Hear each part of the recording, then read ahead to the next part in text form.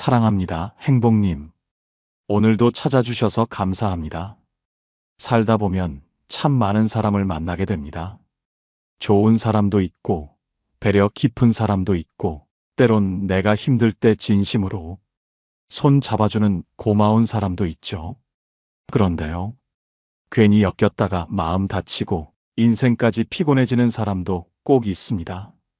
더 억울한 건요, 처음엔 그 사람이 나쁜 줄 몰랐다는 겁니다.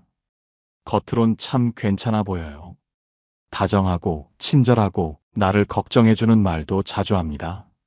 심지어 이 사람 참 믿음직하다는 생각까지 들게 만들죠. 하지만 시간이 지나면서 점점 이상한 기운이 감지됩니다.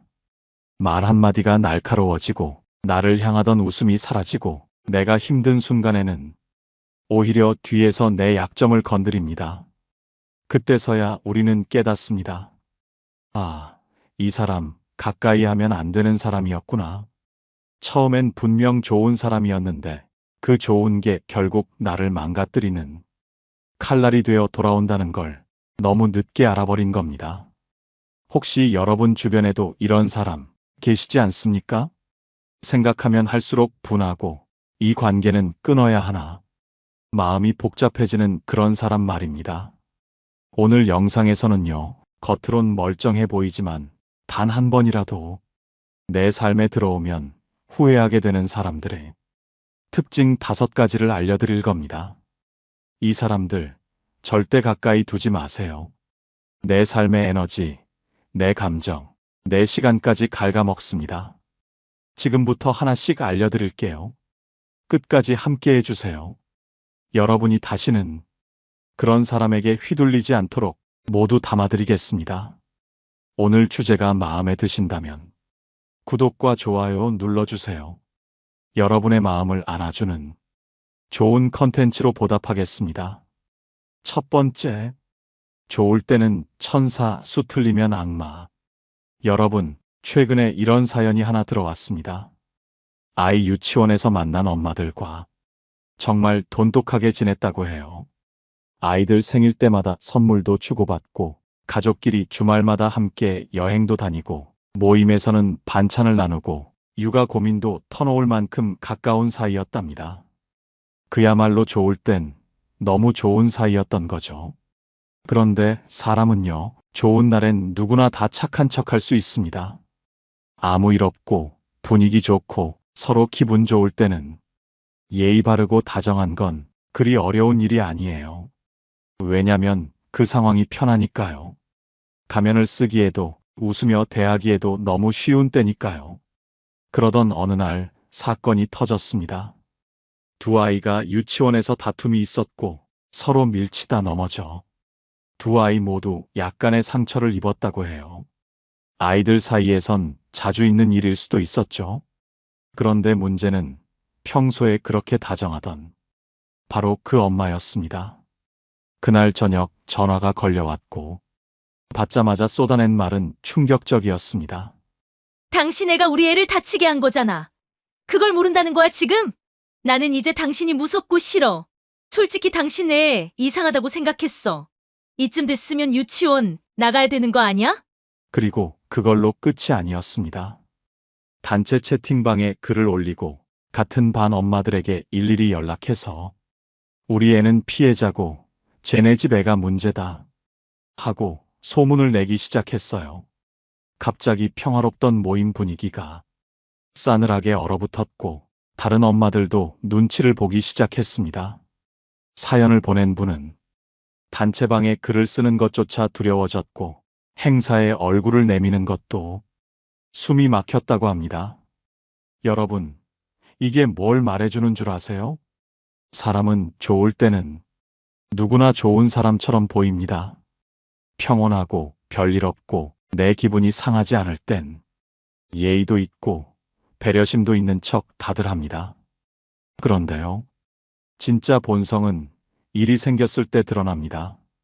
내가 실수했을 때, 내가 미안하다고 말했을 때, 내 자식이 뭔가 잘못했을 때, 그 순간에 그 사람이 어떤 말투로, 어떤 표정으로, 어떤 행동을 보이느냐, 그게 그 사람의 민낯입니다. 심리학에서는 이런 사람을 이중성 방어 기제에 갇힌 사람이라고 설명합니다. 겉으론 친절하지만 내면에는 억눌린 분노, 피해의식, 열등감, 질투, 불안이 켜켜이 쌓여 있습니다. 그리고 그게 자기 자식이 다쳤다, 내 자존심에 금이 갔다 싶은 순간 폭발처럼 터져나오는 겁니다. 문제는 그 분노가 단순히 그날 일 하나로 끝나지 않는다는 거예요. 그 사람은 이미 내가 틀리지 않았다는 확신 속에 모든 사람을 설득하고 동조시키고 심지어 타인을 왕따시키려는 데까지 나아갑니다. 그건 단순한 감정 폭발이 아닙니다. 습관화된 공격성, 즉 습관처럼 분노를 이용해 타인을 통제하려는 행동입니다. 철학자 플라톤은 이렇게 말했습니다. 사람의 진짜 품성은 별일 없을 때가 아니라 위기의 순간에 드러난다. 맞습니다. 그 엄마는 위기가 오자 가면을 벗고 미친 개처럼 달려들었습니다. 대화는 없고 소리만 지르고 이해는 없고 비난만 쏟아내고 수습은커녕 끝까지 물고 늘어지며 상대를 무너뜨리려는 태도. 여러분, 좋을 때만 좋은 사람은 절대 믿지 마세요. 그 사람을 알고 싶다면 그가 기분 좋을 때를 보지 말고 내가 약해졌을 때, 내가 미안하다고 말했을 때 그 사람이 어떻게 반응하는지를 보세요. 그게 바로 그 사람의 진짜 얼굴입니다. 두 번째, 입으로는 축하, 눈으로는 증오. 처음엔 정말 따뜻한 사람이었습니다. 기쁜 일 있으면 같이 박수 쳐주고 힘든 일 있으면 제일 먼저 전화해주는 그런 사람이었어요. 사연을 보낸 분도 그 사람을 믿었습니다. 직장 동료였고 서로 퇴근길에 수다 떨며 스트레스를 풀던 사이. 가족 얘기도 하고 아이들 얘기도 나누고 그야말로 편한 친구였죠. 그런데 어느 날 사연자에게 기회가 찾아왔습니다. 사내에서 한정된 인원만 참여할 수 있는 중요한 프로젝트. 경쟁이 치열했지만 사연자는 노력 끝에 그 자리를 따냈고 팀장 앞에서 직접 발표할 기회까지 받았다고 해요. 그 소식을 전하자마자 그 동료는 웃으며 이렇게 말했답니다. 와, 진짜 잘 됐다. 근데 너무 갑작스러워서 좀 당황스럽네. 사실 너보단 저기 누구 팀장이 더 어울릴 줄 알았거든? 순간 축하의 말 같았지만 기묘한 가시가 느껴졌답니다. 그리고 그 뒤부터 시작됐습니다. 다른 동료들에게 제가 그 프로젝트 맡았다며? 실무 경험이 별로인데 괜찮을까? 그건 팀장하고 친해서 들어간 거 아니야? 이런 식의 말이 돌기 시작한 겁니다. 그 사람은 직접 비난하진 않았어요.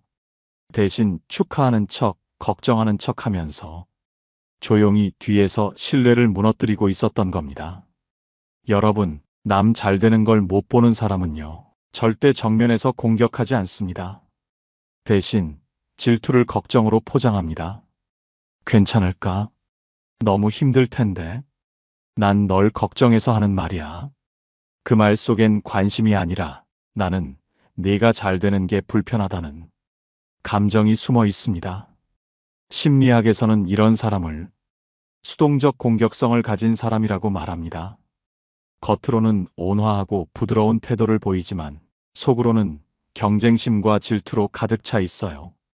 직접 공격은 못하니까 소문을 흘리고 애매한 뉘앙스를 던지고 상대가 의심받게 만드는 방식으로 공격합니다. 이런 사람들은요, 내가 잘 될수록 멀어지고 내가 힘들수록 가까워집니다. 기뻐해야 할 순간에 얼굴이 굳고 슬퍼해야 할 순간에 눈이 반짝이죠. 기억하세요. 내 기쁨에 진심으로 웃어주는 사람, 그 사람이 진짜 내 사람입니다. 철학자 세네카는 이렇게 말했습니다. 질투는 상대의 행복에 대한 분노다. 그 사람은요, 내가 해낸 일이 대단해서 분노한 게 아닙니다. 자기보다 내가 조금 앞섰다는 그 사실 하나만으로 이미 마음속에서 날 공격하고 있었던 거예요. 이런 사람과 오래 지내다 보면요, 어느 순간 내가 기쁜 일이 생겨도 말을 아끼게 됩니다. 축하받고 싶은데 또 뒷말 나올까봐 망설이게 되고 내 성취를 나누는 게 두려워져요. 그게 반복되면요. 나도 모르게 내 삶을 스스로 축소하게 됩니다. 그 사람 눈치 보느라 가능성을 접고 성장할 기회를 피하게 되는 거죠. 여러분, 진짜 친구는요, 내가 잘 됐을 때 더 기뻐해주는 사람입니다. 내가 올라갈 때 손뼉 쳐주는 사람. 그런 사람을 옆에 두세요. 그리고요, 겉으론 박수치면서 속으론 칼 가는 사람. 그 사람은 내 인생에 절대 오래 두면 안 됩니다. 세 번째, 항상 남 탓만 하는 사람. 여러분, 혹시 이런 사람 만나보신 적 있나요? 문제가 생기면 늘 하는 말이 똑같습니다. 내가 그렇게 될 줄 몰랐겠어? 나는 진짜 잘하려고 했는데 다 너 때문이야. 내가 그때 반대했잖아. 내 말 안 들은 내 책임이야. 실제로 이런 사연이 하나 있었습니다. 지인의 남편 이야기인데요. 남편은 직장을 옮길 때마다 늘 똑같은 말을 했답니다. 내가 일 못해서 그런 게 아니야. 회사 분위기가 엉망이야. 상사가 나를 견제했어. 팀원들이 수준이 안 맞아서 그래. 그리고 다음 회사에 가서도 똑같은 일이 반복됐다고 합니다. 그런데도 본인은 단 한 번도 내가 뭔가 잘못했을지도 모르겠다는 생각을 하지 않아요. 늘 세상이 문제고 사람들만 이상합니다. 여러분, 이런 사람들의 특징은 단 하나입니다. 자기 인생의 핸들을 절대 본인이 쥐지 않는다는 겁니다. 항상 누군가의 탓, 환경의 탓, 운명의 탓. 자기 손은 깨끗한 척하면서 문제는 늘 남이 만들었고 자기는 그저 피해자일 뿐이라는 프레임을 씌웁니다. 그리고 무서운 건요. 이런 사람과 가까이 지내다 보면 내가 자꾸 죄인처럼 느껴진다는 겁니다. 내가 말 좀 더 조심했어야 하나? 내가 부탁을 너무 많이 했나? 내가 뭔가 실수한 건가? 아니에요. 그 사람이 책임을 회피하고 있는 겁니다. 근데 그걸 너무 자연스럽게 하니까 옆에 있는 내가 대신 죄책감을 떠안게 되는 거죠. 심리학에서는 이걸 외부 귀인 성향이라고 부릅니다. 실패하거나 문제가 생겼을 때 그 원인을 내 안이 아닌 외부로 돌리는 심리 패턴이에요. 이 사람들은 성장은커녕 평생 같은 문제를 반복하며 살아갑니다. 왜냐면 자기 잘못을 인정하지 않기 때문에 교정할 기회조차 스스로 막아버리는 거예요. 철학자 에리히 프롬은 이런 말을 남겼습니다. 자기 인생의 방향을 타인에게 맡기는 순간 그 사람은 영원히 누군가를 탓하며 살아간다. 여러분, 항상 남 탓하는 사람은요, 결국 내가 뭔가 잘 되거나 내가 자기보다 조금 더 안정되어 보이면 그 화살이 내게 향하게 됩니다. 특히 가까운 관계일수록 더 위험해요.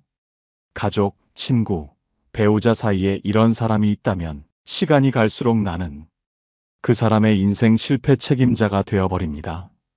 이런 사람에게 꼭 필요한 말은 이겁니다. 그건 내 선택이었어. 결과도 내 몫이야. 이 말 한마디 못하고 계속 맞춰주고 계속 대신 사과하고 계속 감정을 달래주기만 하다 보면 내 삶이 그 사람의 불만 해소 창구가 되어버립니다. 여러분, 실수할 수 있습니다. 누구나 때로는 판단을 잘못할 수도 있어요. 그런데 중요한 건 그 실수에서 내 몫의 책임을 받아들이는 자세입니다. 그걸 인정할 수 없는 사람은 결국 어떤 관계도 건강하게 맺을 수 없습니다. 왜냐면 함께라는 개념 자체가 없으니까요. 모든 건 자기가 중심이고 남들은 들러리에 불과하니까요. 항상 남 탓만 하는 사람. 그 사람 곁에 있으면 내가 살아도 사는 것 같지 않고 웃어도 마음이 무거워집니다. 그 사람의 책임을 대신 짊어지는 순간 내 인생도 함께 무너집니다. 네 번째, 입은 열려 있고 귀는 닫혀 있는 사람. 여러분, 혹시 이런 사람과 대화해 본 적 있으세요? 같이 있는 시간이 길었는데 집에 돌아오고 나니 왠지 더 외롭고 더 허전한 느낌. 말은 많이 했는데 정작 내 얘기는 하나도 못 꺼낸 그런 시간. 실제로 한 사연자가 이런 말을 해주셨어요. 같은 동네에 사는 이웃 엄마인데 처음엔 어찌나 활달하고 재미있는지 말도 잘 통하고 눈치도 빠르고 이 사람이라면 진짜 마음 나눌 수 있겠다 싶었답니다. 그런데요. 만날 때마다 느끼는 이상한 감정. 왜 나는 늘 듣기만 하고 있지? 그 엄마는 만나자마자 말이 쏟아집니다. 아이 얘기, 남편 얘기, 친정 얘기, 어디 병원은 어떤지, 어디 마트가 싼지, 심지어 지나가던 고양이 얘기까지. 그리고 그걸 2시간 동안 쏟아내고는 아휴, 나 얘기 너무 많이 했네. 미안. 하고는 가버립니다. 정말 그게 끝이에요. 요즘 언니는 어때요? 속상한 일 없었어요? 이런 질문은 한 번도 없습니다. 내 얘기 들어줄 틈이 없어요. 그 사람에게 나는 그냥 청중일 뿐이었어요. 여러분, 이런 사람들은 진짜 외로워서 말이 많은 게 아닙니다. 자기 얘기만 쏟아내는 사람은요, 사람을 함께 있는 존재가 아니라 자기를 비춰주는 거울처럼 취급하는 경우가 많아요. 심리학에서는 이런 사람들을 관계 중심형 자기 중심자라고 설명합니다. 관계는 좋아해요. 사람 만나는 걸 즐깁니다. 그런데 문제는 관계를 양방향이 아니라 일방향으로 본다는 거예요. 이 사람에게 대화는 소통이 아니라 퍼포먼스입니다. 자기 말에 반응해주고 끄덕여주고 맞장구 쳐주면 우린 너무 잘 통해라고 착각하죠. 하지만 그건 공감이 아니라 공연입니다. 철학자 칼 로저스는 이렇게 말했습니다. 진짜 대화란 서로의 마음이 열리는 경험이다. 한 사람만 말하는 건 소통이 아니라 침묵 속의 독백일 뿐이다. 자기 얘기만 하는 사람과의 관계가 오래되면요. 나도 모르게 내 감정은 항상 뒷순위로 밀려납니다. 이야기를 꺼낼 타이밍을 잡다가 놓치고 결국 그냥 넘기게 되고 그게 쌓이면 마음의 거리도 멀어지게 됩니다. 그 사람은 가까운 사람이라 착각하지만 사실은 내 안을 들여다본 적이 없는 사람입니다. 여러분, 관계란 말이 많다고 해서 깊어지는 게 아닙니다. 진짜 관계는 서로의 속마음을 한 걸음씩 내어줄 때 만들어지는 겁니다. 내 이야기에 진심으로 귀 기울여주는 사람, 말을 끊지 않고 기다려주는 사람, 그런 사람이야말로 내 마음을 존재로 대우해주는 사람입니다. 반대로 자기 얘기만 하고 가버리는 사람, 그 사람 곁에 있으면요, 말은 많이 해도 결국 내 안은 점점 고요하고 고립됩니다. 그 사람과 함께 있는 시간은 혼자 있는 것보다 더 외로운 시간이 될 수 있습니다. 입은 열려 있는데 귀는 닫혀 있는 사람. 그 사람과의 관계는 처음엔 활기차 보이지만 결국 내 마음만 텅 비게 만듭니다. 5번째, 주는 척하면서 계산하는 사람. 처음엔 고마웠습니다. 뭘 그렇게 잘 챙겨주는지 선뜻 커피도 사주고 애 보느라 힘들다고 반찬도 가져다 주고 집까지 태워다 주는 날도 있었어요. 그래서 나도 진심으로 마음을 열었습니다. 이런 사람이 진짜 내 편이구나. 말없이 챙겨주는 사람 흔치 않잖아. 그런데요, 어느 날부터 뭔가 이상해지기 시작했습니다. 조금 피곤해서 연락을 못한 날엔 요즘 바쁘신가 봐요? 연락도 없으시고 작은 부탁을 거절했더니 내가 언제 뭐 해달라고 한 적 있냐? 근데 진짜 섭섭하다. 그러더니 이런 말이 툭 튀어나왔답니다. 내가 예전엔 그렇게 많이 도와줬잖아. 너 같으면 그럴 수 있어? 순간 머리가 띵했대요. 그동안 받은 고마움이 마음이 아니라 계산이었다는 걸 알게 된 순간이었죠. 여러분, 이런 사람의 무서운 점은요, 처음엔 절대 티 안 낸다는 겁니다. 아주 자연스럽게 도와주고 쓱쓱 챙겨주고 절대로 해줄 테니 나중에 갚아 라는 말을 직접 하진 않아요. 그런데 그 호의 뒤에는 항상 기대감이 숨어 있습니다. 그리고 내가 그 기대를 채워주지 않으면 그때부터 서운함, 비난, 냉소가 시작돼요. 심리학에서는 이런 관계를 조건적 호혜 혹은 교환적 친절이라고 부릅니다. 자기 기준에서 이 정도 줬으면 이 정도는 받아야 한다는 교환 심리가 작동하고 있는 거예요. 문제는 이 사람은 한 번 준 것을 절대 잊지 않습니다. 본인은 그걸 기억이라 말하지만 사실은 청구서를 보관하고 있는 거죠. 철학자 공자는 이렇게 말했습니다. 베푸는 자는 기억하지 않고 받는 자는 잊지 않아야 한다.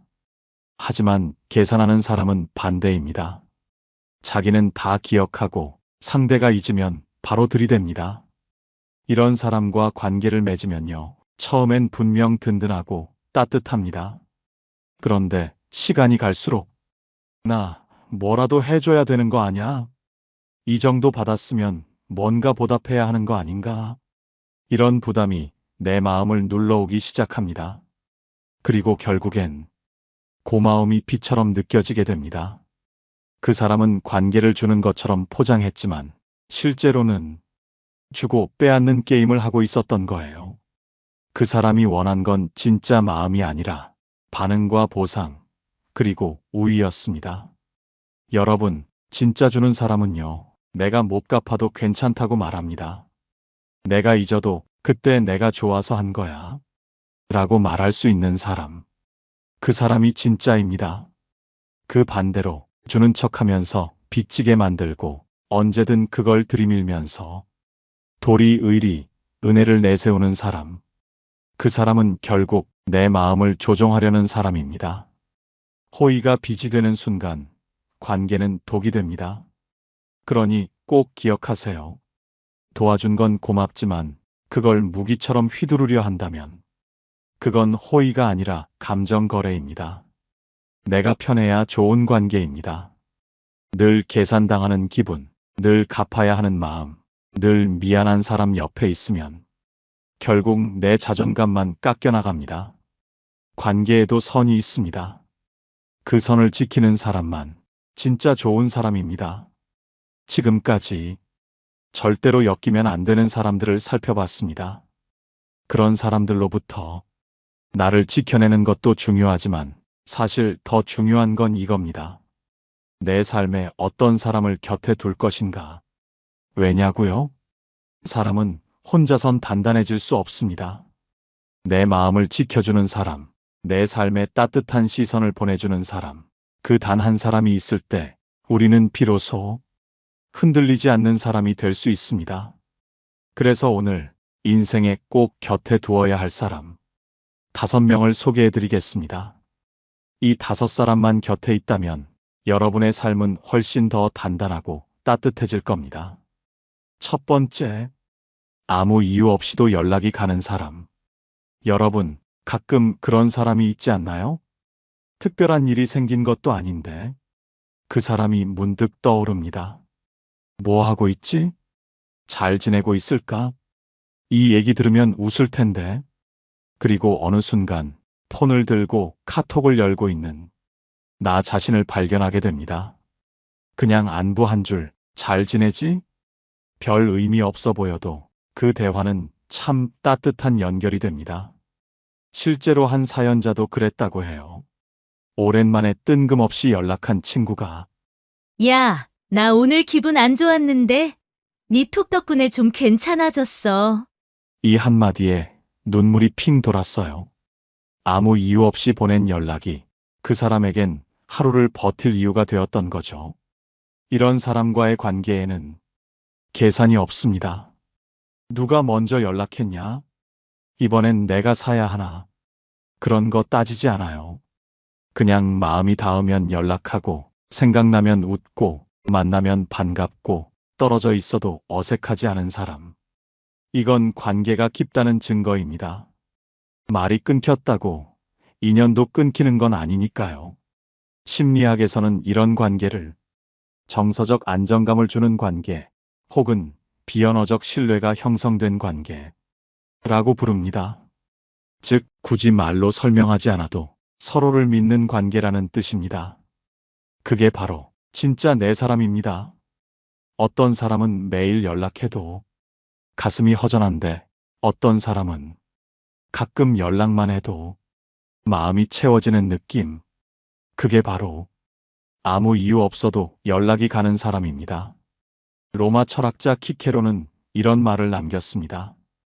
가장 진실한 우정은 말없이도 서로를 이해할 수 있는 관계다. 여러분, 우리 인생엔 이런 사람 한두 명만 있어도 괜찮습니다. 오랜만에 연락해도 왜 이제 연락했냐가 아니라 너무 반갑다라고 말해주는 사람. 그런 사람이 있는 인생은 절대 고립되지 않습니다. 그리고 여러분도 누군가에게 그냥 연락하고 싶은 사람이 되어보세요. 그 자체로 누군가의 마음을 지켜주는 따뜻한 존재가 될 수 있으니까요. 두 번째, 내 얘기를 진심으로 들어주는 사람. 여러분, 우리는 살면서 수많은 대화를 나누지만 진짜 내 이야기를 들어주는 사람을 만나는 건 생각보다 드문 일입니다. 많은 사람들이 듣는 척은 하지만 실제로는 내 말을 끊고 자기 얘기를 덧붙이고 조언부터 하려드는 경우가 많죠. 그래서 너는 그때 왜 그랬는데? 내가 예전에 겪어봐서 아는데. 그건 네가 너무 예민한 거야. 그런 말을 들으면 더 이상 내 얘기를 꺼내고 싶지 않아집니다.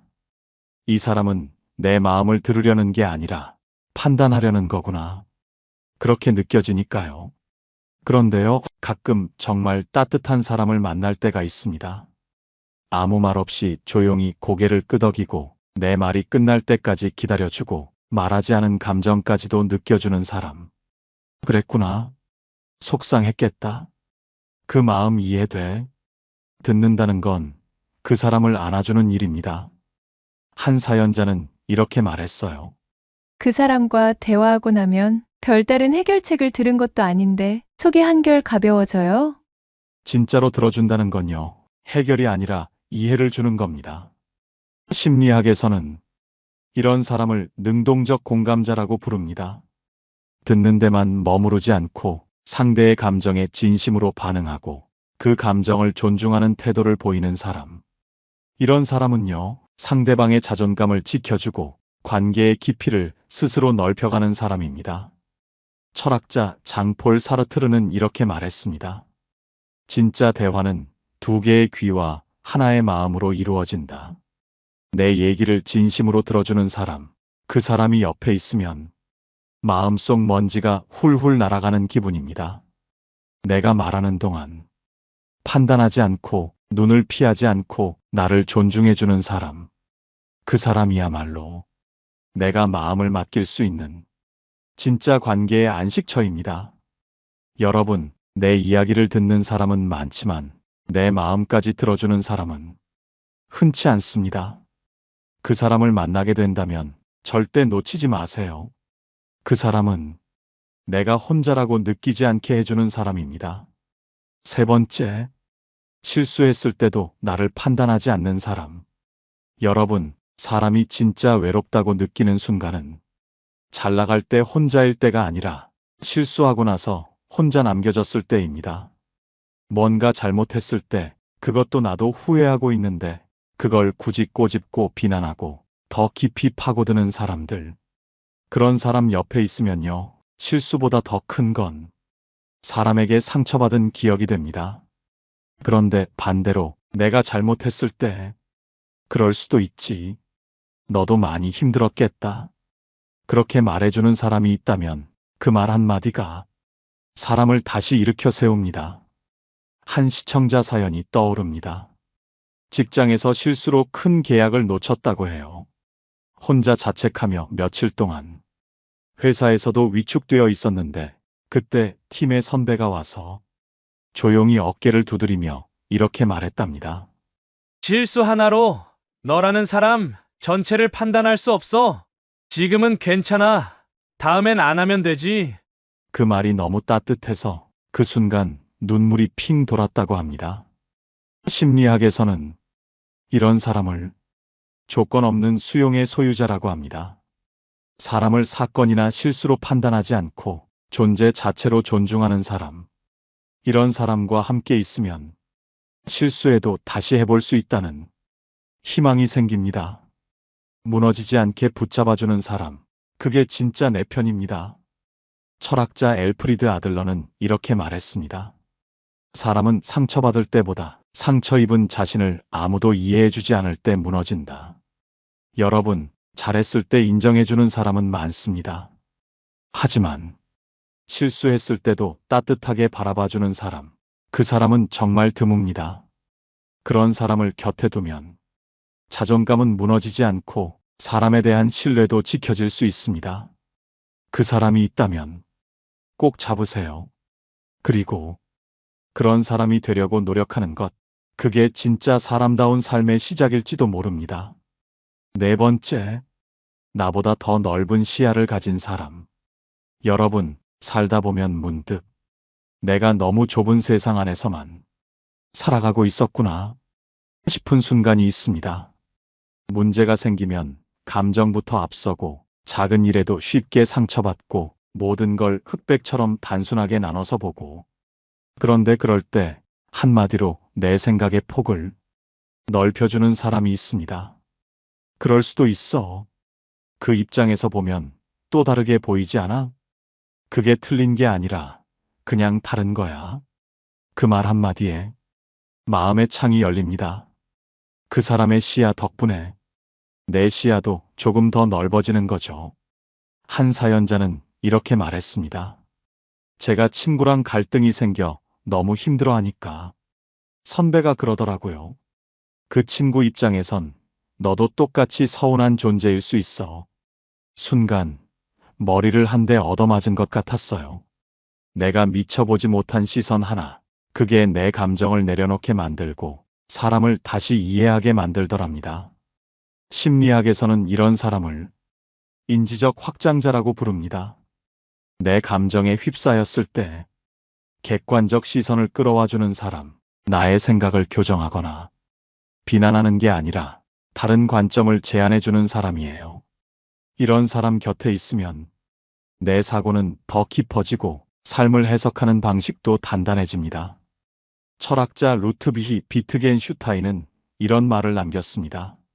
생각의 한계를 깨는 것은 다른 시야에서 던져진 단 한마디일 수도 있다. 여러분, 감정은 즉각적으로 반응하지만 시야는 시간이 지나도 사람을 지탱합니다. 내가 혼란스러울 때 누구 탓하기 전에 다른 관점으로 보면 어땠을까? 생각하게 해주는 사람. 그런 사람이 곁에 있다면 인생은 훨씬 덜 흔들립니다. 문제를 풀어주는 사람이 아니라 세상을 새롭게 보여주는 사람. 그 사람이야말로 내 삶을 한 단계 끌어올려주는 사람입니다. 그런 사람 놓치지 마세요. 그리고 여러분도 누군가의 눈을 밝혀주는 시야가 될 수 있다는 것 잊지 마세요. 다섯 번째, 나 없이도 잘 살지만 나와 함께하면 더 좋은 사람. 여러분, 우리는 종종 필요한 관계에 익숙해져 있습니다. 뭔가 도움이 되니까, 내가 힘들 때 붙잡고 싶으니까 외롭지 않으려고 곁에 두는 관계들. 그런데 그 중에서도 정말 특별한 사람이 있습니다. 나 없어도 그 사람은 잘 살아요. 스스로 단단하고 자립적이고 누구에게도 기대지 않고 자기 삶을 잘 꾸려갑니다. 근데 신기하게도 그 사람과 함께 있으면 내 삶도 더 단단해지고 더 따뜻해집니다. 그 사람은 내가 기댈 필요도 기대지도 않는데 항상 옆에 있어줍니다. 조언보다 시선으로, 간섭보다 존중으로 내 곁에 머물러주는 사람. 한 시청자는 이런 말을 남겼습니다. 그 사람은 날 도와주려 들지 않았어요. 그냥 내가 잘 해낼 거라고 믿어줬어요. 그거 하나만으로 세상 누구보다 큰 위로가 되더라고요. 심리학에서는 이런 사람을 상호 존중 기반의 독립적 애착이라 부릅니다. 의존이나 소유가 아닌 함께 있음 그 자체에서 의미를 느끼는 관계. 이런 사람 곁에 있으면 나 자신도 자연스럽게 단단해집니다. 내가 없어도 괜찮은 사람인데 굳이 함께 있어주는 사람. 그건 호의가 아니라 선택입니다. 그리고 그 선택은 진짜 사랑이고 진짜 유대입니다. 철학자 라이너 마리아 릴케는 이런 말을 남겼습니다. 진짜 사랑은 서로를 지켜보며 각자의 삶을 충만하게 살아가는 것이다. 여러분, 내가 붙잡지 않아도, 곁에 있어주는 사람, 내가 필요하지 않아도 같이 있고 싶어지는 사람, 그 사람은 내 인생을 함께 채워나가는 동반자입니다. 그런 사람을 만난다면 그 인연은 절대 놓치지 마세요. 그리고 여러분도 누군가에게 너랑 있으면 내가 더 좋은 사람이 되는 것 같아 라는 말을 들을 수 있는 사람, 그런 사람이 되시길 바랍니다. 여러분, 사람은 결국 사람을 통해 회복되고 사람 때문에 무너지기도 합니다. 오늘 우리는 인생에서 절대 엮이면 안 되는 사람, 그리고 곁에 둘수록 내 삶을 더 단단하게 만들어주는 사람들에 대해 이야기 나눴습니다. 이 두 가지를 나누는 기준은 사실 아주 단순합니다. 나답게 숨 쉴 수 있는 관계인가? 그 사람과 함께 있으면 내 말이 조심스러워지고 내 감정이 자꾸 숨겨지고 내가 점점 작아진다면 그건 좋은 인연이 아닙니다. 반대로 그 사람 앞에선 내가 말이 좀 부족해도, 내가 실수해도, 내가 울고 있어도 있는 그대로 괜찮다고 느껴지는 관계. 그게 바로 진짜 곁에 두어야 할 사람입니다. 우리는 살아가며 많은 사람을 만나지만 그중 단 한 사람만 내 편이어도 인생은 결코 혼자 같지 않습니다. 그리고 그 단 한 사람을 만나기 위해 우리는 때로는 관계를 정리할 줄도 알아야 합니다. 나쁜 사람을 멀리하는 용기, 그리고 좋은 사람을 지키는 마음. 이 두 가지가 여러분의 삶을 더 건강하고 더 따뜻하게 만들어줄 거라고 믿습니다. 여러분, 누군가의 좋은 사람이 되어주세요. 그리고 그 사람에게도 여러분이 곁에 있어서 다행인 사람이 되어주시길 바랍니다. 오늘도 함께 해주셔서 감사합니다. 다음 영상에서 더 깊은 이야기로 다시 찾아뵙겠습니다. 오늘 영상을 보며 여러분은 어떤 생각이 드셨나요? 여러분의 경험과 생각을 댓글로 나눠주세요. 여러분의 이야기가 누군가에게 큰 위로와 깨달음이 될 것입니다. 오늘 영상이 도움이 되셨다면 소중한 분들께 공유해 주시고 구독과 좋아요로 저를 응원해 주세요. 여러분과의 소중한 연결이 저에게 큰 힘이 됩니다. 오늘도 여러분의 행복을 빕니다. 이상으로 행복 주문서였습니다.